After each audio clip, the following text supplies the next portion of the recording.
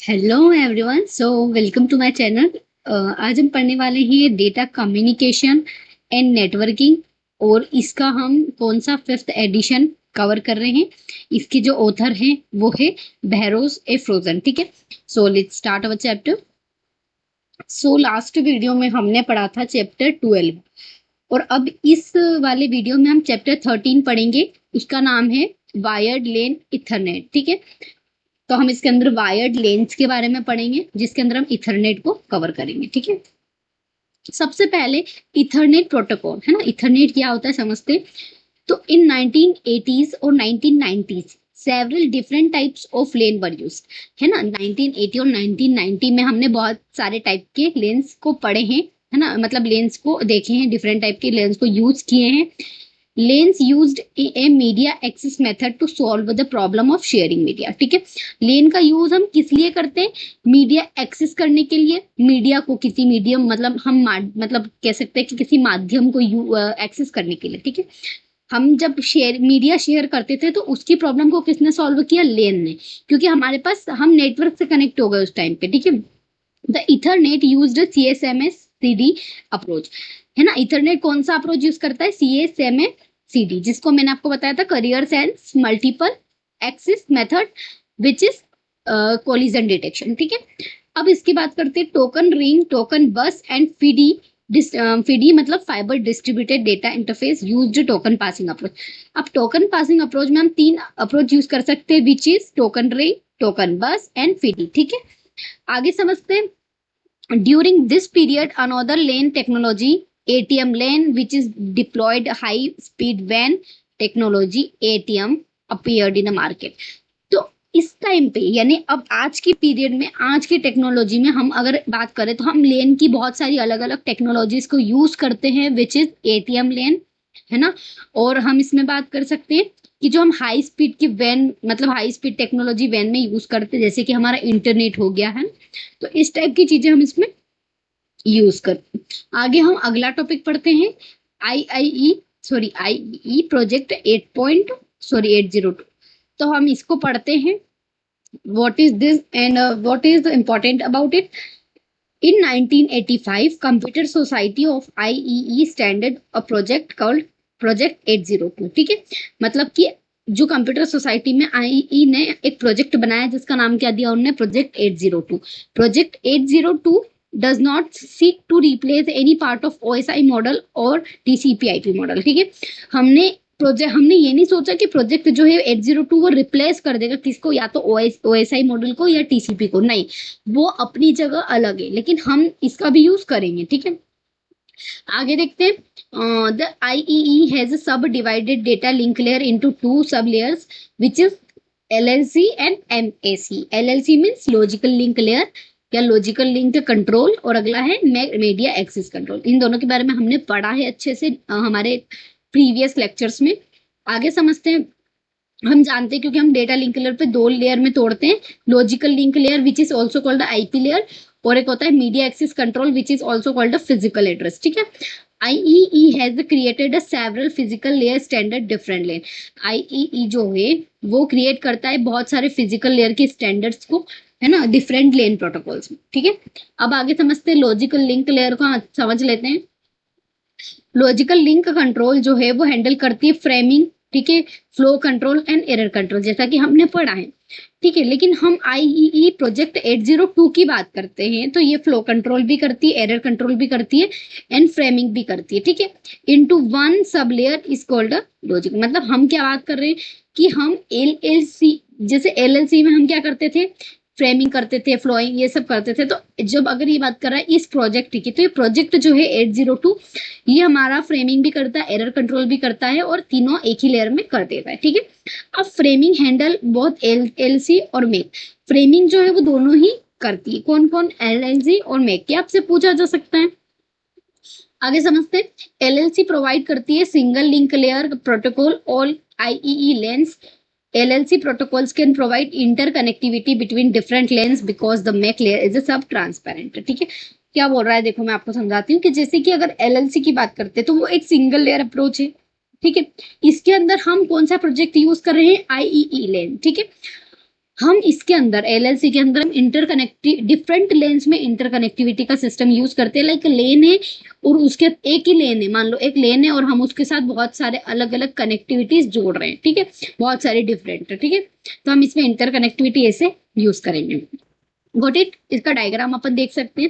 जैसे कि मान लो ओएसआई मॉडल है या टीसीपी आईपी सूट है, तो हम अगर डेटा लिंक और फिजिकल लेयर में बात करें तो फिजिकल लेयर में ये क्या काम करती है, ट्रांसमिशन मीडिया में Ethernet physical layer, token ring passing और टोकन फिजिकल लेयर। तो ये चीजें कौन कर रही है, हमारी एलएन है ना, लॉजिकल लिंक लेयर ये हो जाएगी और यहाँ पे हो जाएगा मेक, ठीक है। अब डेटा लिंक लेयर पे हम क्या करते हैं, इथरनेट में, टोकन रिंग में और टोकन में, बस में, ठीक है। तो ये आईईई स्टैंडर्ड का प्रोटोकॉल है, ठीक है।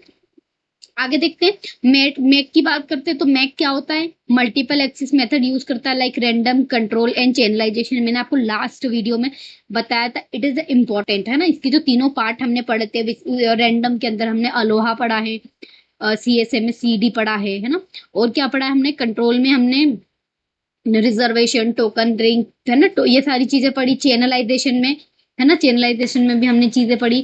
तो हम वो चैनलाइजेशन में हमने पढ़ा था ट्रांस टाइम डिवीजन मल्टीप्लेक्सिंग, है ना, वाला, और फ्रीक्वेंसी डिवीजन, ठीक है। तो ये सारी चीजें हमने इनमें कवर करी थी, तो इसको आपको याद होना चाहिए, इंपॉर्टेंट है।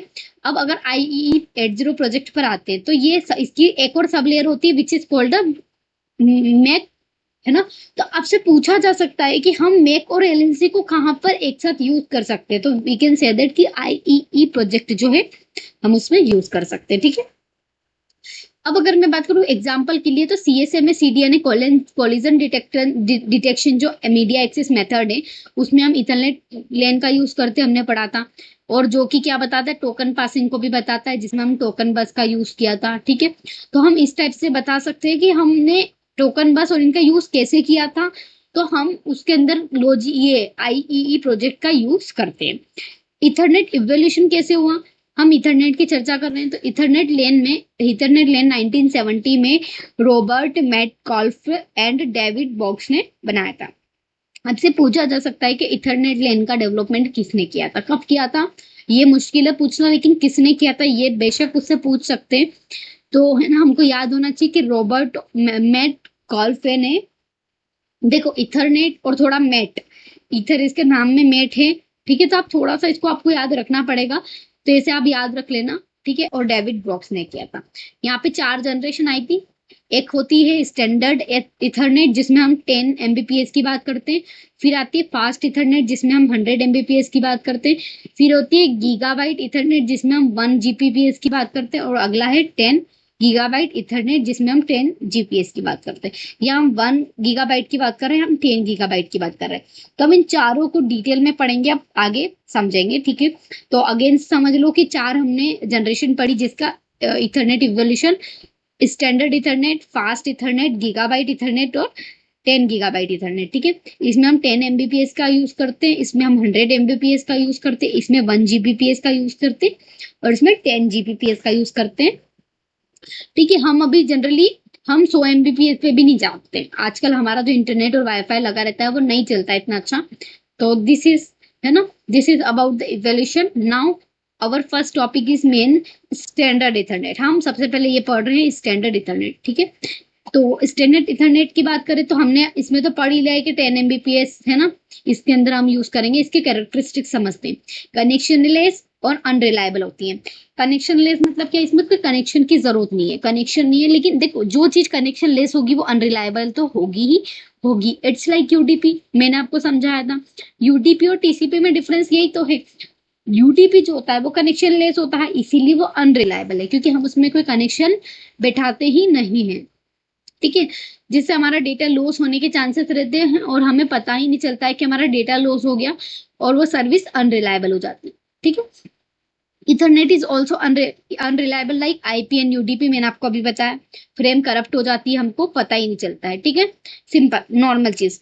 अब अगर मैं बात करूं यहाँ पर हाई लेवल ऑफ प्रोबेबिलिटी होती है, क्योंकि जो CRC32 हम यूज करते हैं इसमें, वो क्या करता है, रिसीवर फ्रेम को साइलेंटली ड्रॉप कर देता है। अगर कोई भी करप्ट हो जाती है ना, तो वो मतलब उसको एक्नॉलेजमेंट नहीं देगा, वो बताएगा ही नहीं कि हमको पैकेट मिला नहीं मिला। तो इसीलिए यूडीपी जब भी जहां बात करते हैं अनरिलायबिलिटी कनेक्शन लेस की, तो वहां हमारा यूडीपी शो करता है। आगे समझते हैं, फ्रेम फॉर्मेट देखते हैं। तो देखो फ्रेम फॉर्मेट में आप सबसे पहले समझ लो, आपको मतलब याद करने की जरूरत नहीं, बट आपको एक बार माइंड में होना चाहिए। इसमें हम सबसे इधर यूज करेंगे, इसका सीक्वेंस पूछ सकते हैं एग्जाम में, क्योंकि आजकल एग्जाम में फ्रेम्स जो फ्रेम होती है ना, उनके सीक्वेंस पूछे जा रहे हैं। तो प्रीएमेबल सबसे पहली बात है ना, प्रीएमेबल। आगे नेक्स्ट पढ़ते हैं, एसएफडी हम इसको पढ़ेंगे अभी। Destination address, source address, type और डेटा इन पैडिंग और सीआरसी लास्ट में, ठीक है। अगेन से देख लेते हैं, इसको हम याद कर मतलब मैं आपको इसको याद करवा देती हूँ ताकि आपको याद रहेगा। सबसे पहला प्रीएमेबल, ठीक है। इसके बाद आएगा एसएफडी, फिर सोर्स और डेस्टिनेशन एक साथ आ जाएंगे, जिसमें हम डेस्टिनेशन पहले लिखेंगे, फिर सोर्स लिखेंगे, टाइप और डेटा पैडिंग और सीआरसी। अगर आप इसको उल्टे तरीके से याद करोगे तो आपको और जल्दी होगा। देखो मैं आपको समझाती हूँ किस टाइप से बोल रही हूँ मैं। इट्स लाइक हम पीछे से पढ़ते हैं। सबसे पहले हम चेकिंग करेंगे, सीआरसी लगाएंगे, ठीक है। डेटा लेंगे, उसको पैडिंग करेंगे। डेटा पैडिंग करना मतलब उसको जोड़ना, ठीक है। आगे बढ़ेंगे, टाइप, उस डेटा का टाइप उसको डिफाइन करेंगे। फिर उसमें सोर्स एड्रेस, उसका क्या एड्रेस है, फिर उसका डेस्टिनेशन एड्रेस, ठीक है। उसके बाद एसएफडी और उसको प्रीमिएबल, ठीक है। समझते हैं प्रीमिएबल क्या होता है। तो देखो प्रीमिएबल 7 बाइट का होता है ना। इसको इसको हमको डिटेल में पढ़ने की इतनी जरूरत नहीं है, बस हमको पता होना चाहिए कि क्या करता है। तो ये क्या करता है, अलाउ करता है स्टेशन को to miss some bits at the beginning. मतलब अलाउ करता है कि कोई बिट अगर मिस भी हो जाती है तो वो हमें पता चल जाएगी, ठीक है।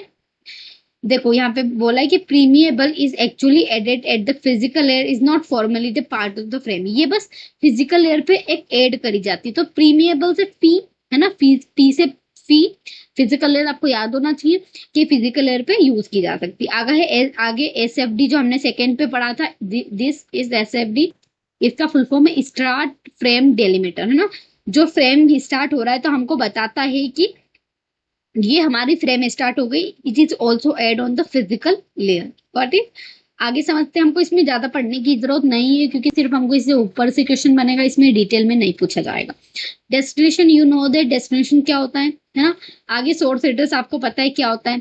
टाइप हम बोल सकते हैं कि किस टाइप का हमारा डेटा है ना, जिसके अंदर हम मल्टीप्लेक्सिंग और डीमल्टीप्लेक्सिंग का यूज करते हैं। डेटा, हमारा डेटा डेटा क्या है ना, डेटाग्राम फील्ड हम इसमें लगाते हैं। सीआरसी आप जानते हैं, ठीक है। अब आगे समझते हैं फ्रेम की लेंथ के बारे में, ठीक है। कैरेक्टरिस्टिक्स पढ़ रहे हैं तो हमने पहले कैरेक्टरिस्टिक्स पढ़ी कि उसका डेटा किस टाइप का, फ्रेम किस टाइप की होती है, इथरनेट किस टाइप का होता है। अब हम अगला पढ़ेंगे हमारा frame length, imposed restriction on the both minimum and maximum length of the frame. ये दोनों पे रेस्ट्रिक्शन लगाता है, मिनिमम भी नहीं होनी चाहिए और ज्यादा मैक्सिमम भी नहीं होनी चाहिए, यानी कि दोनों की फिक्स्ड है। लाइक मिनिमम फ्रेम लेंथ कितनी होनी चाहिए, 64 बाइट्स, और मैक्सिमम कितनी होनी चाहिए, 1518 बाइट्स, ठीक है। अब डेटा लेंथ की बात करते तो 46 बिट की बोल रहा है ना, जस्ट इसका ऑपोजिट 46 बिट बाइट्स। और अगला है maximum data length which is 1500, ठीक है। आगे समझते हैं एड्रेसिंग के बारे में। एड्रेसिंग क्या होती है इसके अंदर, तो इथर नेटवर्क जैसे कि PC, work station or printer, it's on our NIC. NIC मतलब क्या, नेटवर्क इंटरफेस कार्ड, ठीक है। नेटवर्क इंटरफेस, जो नेटवर्क इंटरफेस कार्ड होता है वो क्या करता है, तो वो फिट करते हैं हम उसको inside the station and provide the station with link layer address. और वो हमें कैसे एड्रेस प्रोवाइड करेगा, लिंक लेयर एड्रेस के थ्रू, ठीक है। आगे समझते हैं, इथरनेट एड्रेस इज 6 बाइट का होता है, लाइक हम कह सकते हैं कि 48 बाइट, ठीक है। Normally it is written in hexadecimal. We know that कि अगर हम 46 बिट की बात करते हैं तो वहां पर हम हेक्साडेसिमल की बात जरूर करते हैं, ठीक है। आगे समझते हैं, ट्रांसमिशन ऑफ एड्रेस बिट की बात करते हैं। तो हम जब भी ट्रांसमिशन करेंगे कैसे करेंगे, लेफ्ट टू राइट और बाइट टू बाइट, ठीक है। This means the bit defines an address as a unicast और multicast arrive first at the receiver. यानी कि जो भी बिट अराइव होगी पहले वो या तो यूनिकास्ट होगी या फिर मल्टीकास्ट होगी, ठीक है। This has to receiver immediately known if the packet is unicast और मल्टीकास्ट। तो इससे जो हमारा जो रिसीवर है वो ये पता लगा सकता है कि हमारी जो बिट है या जो हमारा जो डेटा है वो यूनिकास्ट है या मल्टीकास्ट है, ठीक है। इतना क्लियर हुआ। आगे समझते हैं।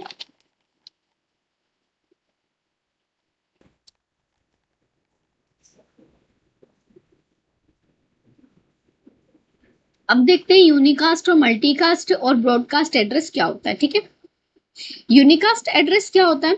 तो unicast address has only one station. ठीक है, जो सिर्फ एक स्टेशन से आए, लेकिन उसका डेस्टिनेशन एड्रेस कुछ भी हो सकता है। It could be unicast, it could be multicast, it could be broadcast. Got it?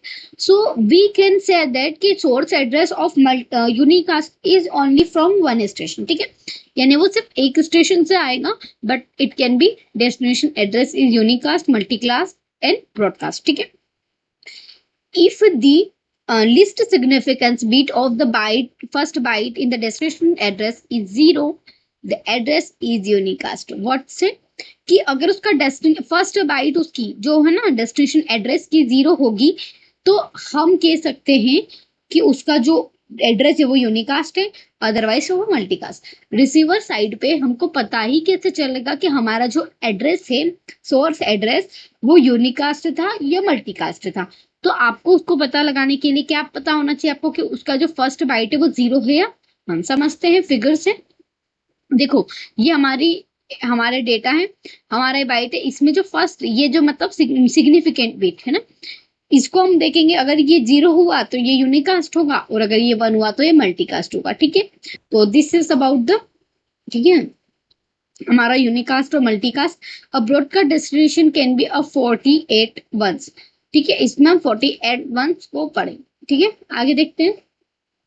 Unicast transmission में हम कह सकते हैं कि all station will receive frame, the intended receive keeps handle the frame, the rest discarded.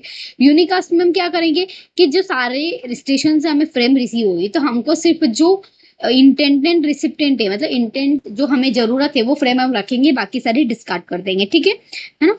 आगे देखते हैं multicast में सेम, ऑल जो हमको फ्रेम रिसीव होगी, the station that are members of the group keep and handle. जो भी देखो मल्टीकास्ट है, इट मीन्स क्या कि उसमें मल्टीपल ग्रुप्स रहेंगे।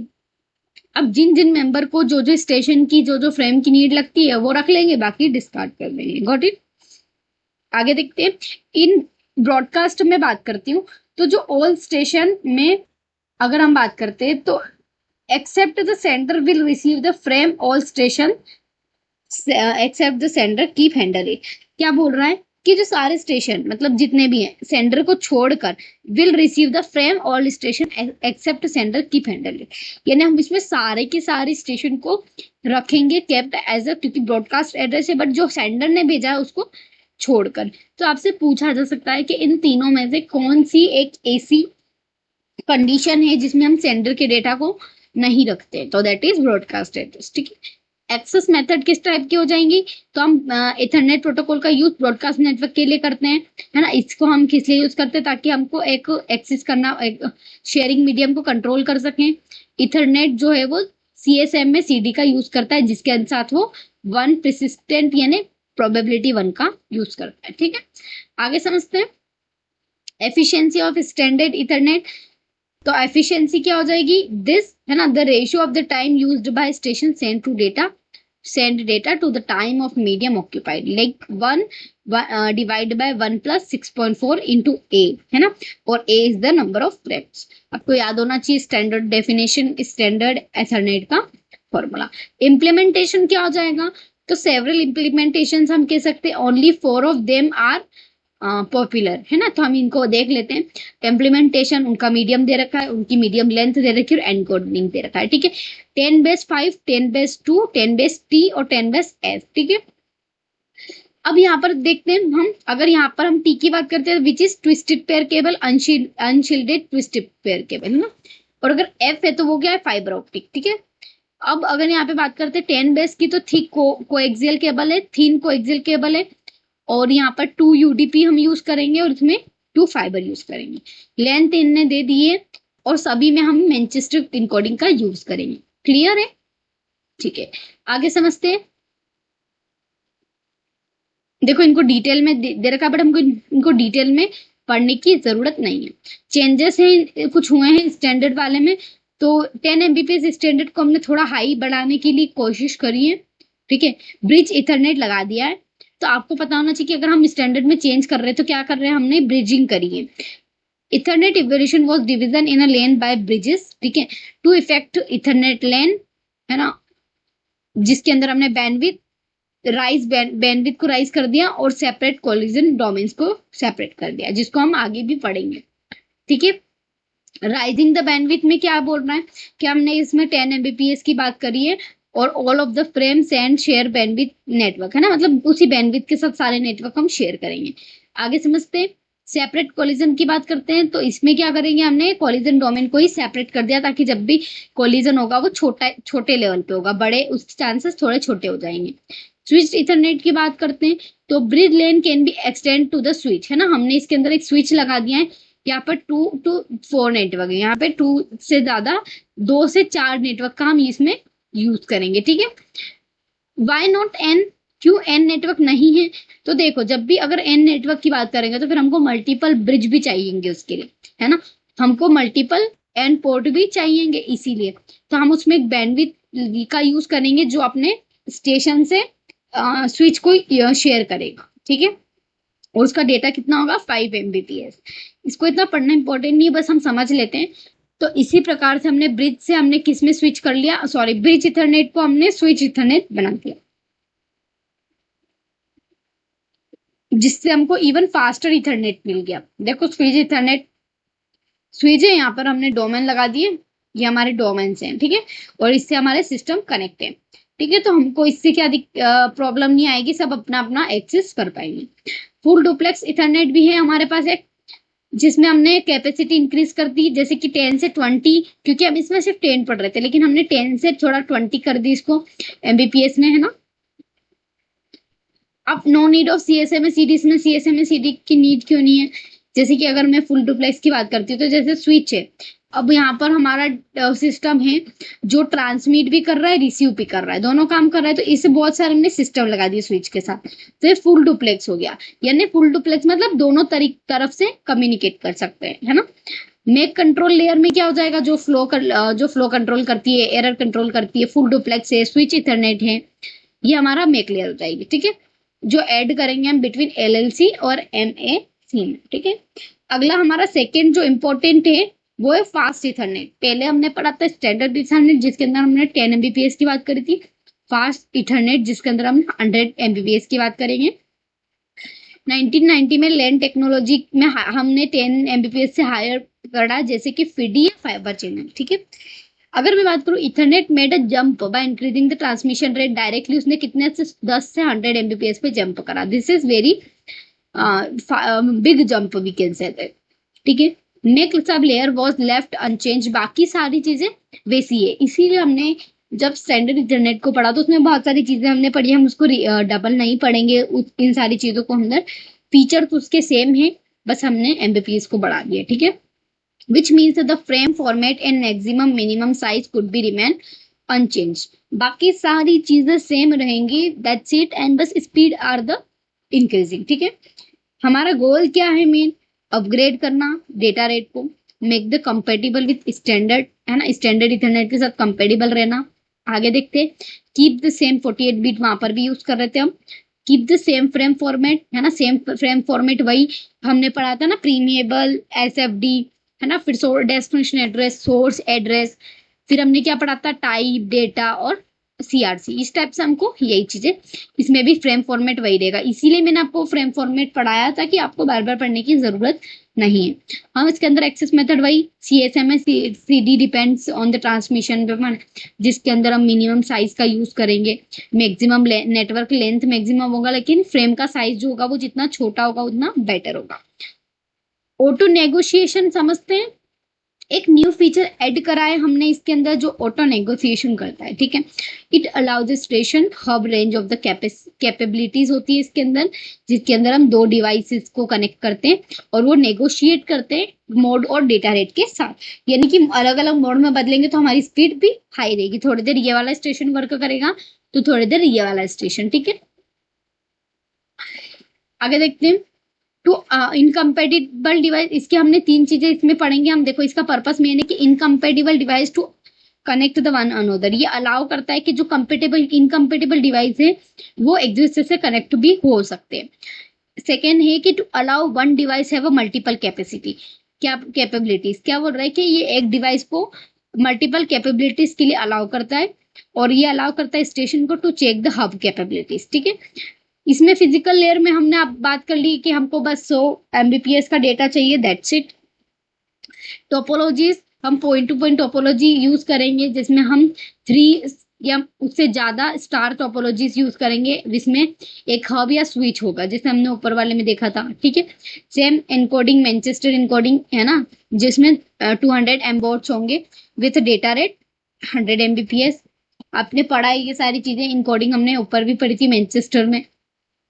ठीक है, आगे देखते हैं gigabyte Ethernet, higher data rate. Same हमको देखो, हर चीज में हमने स्टैंडर्ड को ही बेस बनाया है, बस हमको इसमें हमको क्या चाहिए, इसमें 1000 एमबीपीएस चाहिए। 1000 Mbps is also called 1 GBPS. ठीक है, ये IEEE commits calls it standard 802.3z। ठीक है, अगर 1 गीगा की बात करती हूँ मैं, या गीगाबाइट इथरनेट की बात करती हूँ, तो it could be we can say that कि इट इज 802.3z। ठीक है, आगे समझते हैं इसका एड्रेस। जो हम अगर बात करते हैं, हमको एड्रेस सेम रखना है, लेंथ सेम रखनी है, फ्रेम फॉर्मेट सेम रहेगा, मैक्सिमम और मिनिमम फ्रेम जो लेंथ है वो भी सब कुछ सेम रहेगा जैसे कि स्टैंडर्ड इथरनेट में था।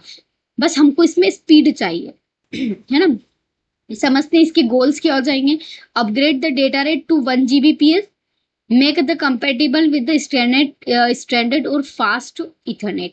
हमको कंपेटिबल बनाना है किसके साथ, पहले हमने स्टैंडर्ड के साथ बनाया था, अब हम दोनों के साथ कंपेयर करेंगे। सेम 48 बिट का एड्रेस रहना चाहिए, सेम फ्रेम फॉर्मेट रहना चाहिए, minimum and maximum frame length होनी चाहिए, इसमें ऑटो नेगोशिएशन भी सपोर्ट करना चाहिए जो कि हमने फास्ट इथरनेट में पढ़ा था। ठीक है, इसमें मेक सब लेयर का क्या रोल है, तो हम समझते हैं कि to achieve the data rate of the 1 Gbps was no longer possible. इतनी आसान नहीं था, बट जब हमने फुल डुप्लेक्स अप्रोच यूज करी तो इसमें हम देखो, एक चीज समझना कि जब भी हम मेक सब लेयर की बात करते हैं तो इसके अंदर हम फुल डुप्लेक्स लेयर भी यूज करेंगे और हाफ डुप्लेक्स भी, बट ऑलमोस्ट हम इम्प्लीमेंटेशन में ना हाफ डुप्लेक्स को इग्नोर करेंगे। ठीक है, हम फुल डुप्लेक्स का यूज करेंगे क्योंकि आप भी जानते हैं कि आज के टाइम पे दोनों तरफ से कम्युनिकेशन होना बहुत जरूरी है। तो इसी टाइप से हम इसमें गीगाबाइट इथरनेट में फुल डुप्लेक्स को यूज करेंगे। In full duplex mode gigabyte Ethernet there is no collision, है ना, कोलिजन नहीं होगा। Maximum length of the cable determined by the signal alternation of cable. ठीक है, जब भी हम दोनों साइड से कम्युनिकेट करते हैं तो कोलिजन अकर नहीं होता है, ताकि आपको पता रह जाना कि सामने वाला भी सेंड कर रहा है डेटा या सामने वाला कुछ ट्रांसमिट करना चाह रहा है। फिजिकल लेयर में सेम मैंने आपको बताया था कि ये वैसे ही कंपेटेबल होना चाहिए। टोपोलॉजी हमने पढ़ ली थी कि उसके अंदर पॉइंट टू पॉइंट होना चाहिए, हब होना चाहिए, स्विच होना चाहिए। ठीक है, इम्प्लीमेंटेशन हमने वो 4 टाइप के ये है, इसमें हमको इसको पढ़ने की जरूरत नहीं है। इनकोडिंग सेम मैनचेस्टर इनकोडिंग, क्योंकि ये उसी को बेस बना रहा है ना। आगे देखते हैं, नेक्स्ट है हमारा 10 गीगाबाइट इथरनेट। ठीक है, तो in recent year another ethernet is used to metropolitan areas, यानी main extension of technology data rate coverage distance. Ethernet can be used lane main, है ना, हम जानते हैं कि हम इथरनेट को लेन और मेन दोनों में यूज कर सकते हैं। आज हम इसका यूज करते हैं विच इज से दैट की 10 गीगाबाइट। ठीक है, the IEEE committee created 10 gigabyte net Ethernet. ठीक है, इसको हम बोल रहे हैं स्टैंडर्ड 802.3 AE। इससे पहले जो हमने 1 जीबीपीएस वाला पढ़ा था उसके अंदर हमने 802.3 AZ पढ़ा था, इसमें AE है। आप इसको थोड़ा सा ध्यान रखिए, ये इंपॉर्टेंट है ना, क्या बोलते हैं इसको आपको पता होना चाहिए। ठीक है, आगे देखते हैं, इसको हमने 10 जीबीपीएस से अपग्रेड, मतलब 1 जीबीपीएस से अपग्रेड करके 10 जीबीपीएस में ले आए। इसका सेम साइज, फ्रेम साइज रहेगा, फॉर्मेट सेम रहेगा, इंटरकनेक्शन सेम रहेगा, सब कुछ सेम रहेगा। बस हम इसमें पॉसिबल करेंगे कि फाइबर ऑप्टिक्स का यूज करेंगे, और 10 जीबीपीएस जो टेक्नोलॉजी हम यूज कर रहे हैं वो सिर्फ फाइबर ऑप्टिक्स के बदौलत है। ठीक है, this standard defines 2 types of physical layer which is LAN PHY और वैन फाई, है ना, यानी कि फाई मतलब फिजिकल लेयर। ये सपोर्ट करती है एक्साइटिंग लेंस को। ठीक है, एंड सेकेंड होती है एक्चुअली डिफाइंड विथ वैन विथ, ठीक है, वैन विथ लिंक। आगे समझते हैं इम्प्लीमेंटेशन को। 10 GB Ethernet operates with only full duplex mode. इससे पहले जो हमने 1 GB पढ़ा था उसके अंदर हम दोनों को यूज करते थे, बट हम हाफ डुप्लेक्स को फिर भी इग्नोर करते थे, लेकिन हमने हाफ डुप्लेक्स को यहाँ हटा ही दिया, ठीक है। यहाँ पर कंटेनेशन की जरूरत नहीं है, ठीक है, CHA में CD की कोई नीड नहीं है। यहाँ पे हम फोन इम्प्लीमेंटेशन देख लेते हैं। देखो कौन कौन से 10 GB base SR, 10 GB LR, 10 GB base EW और 10 GB बेस X4। तो आपसे देखो ये चारों आपको दे देंगे और इनमें से एक कोई अलग दे देंगे, जैसे L और यहाँ पे P कर दिया मैंने। आपसे पूछेंगे कि इनमें से कौन सा जो है वो इम्प्लीमेंटेशन नहीं है गीगाबाइट का, तो आपको बताना होगा कि ये वाला करेक्ट है क्योंकि ये वाला नहीं है, बाकी तीनों है। तो आपको इसे पता होना चाहिए इसके बारे में, ठीक है। तो this is all about this chapter.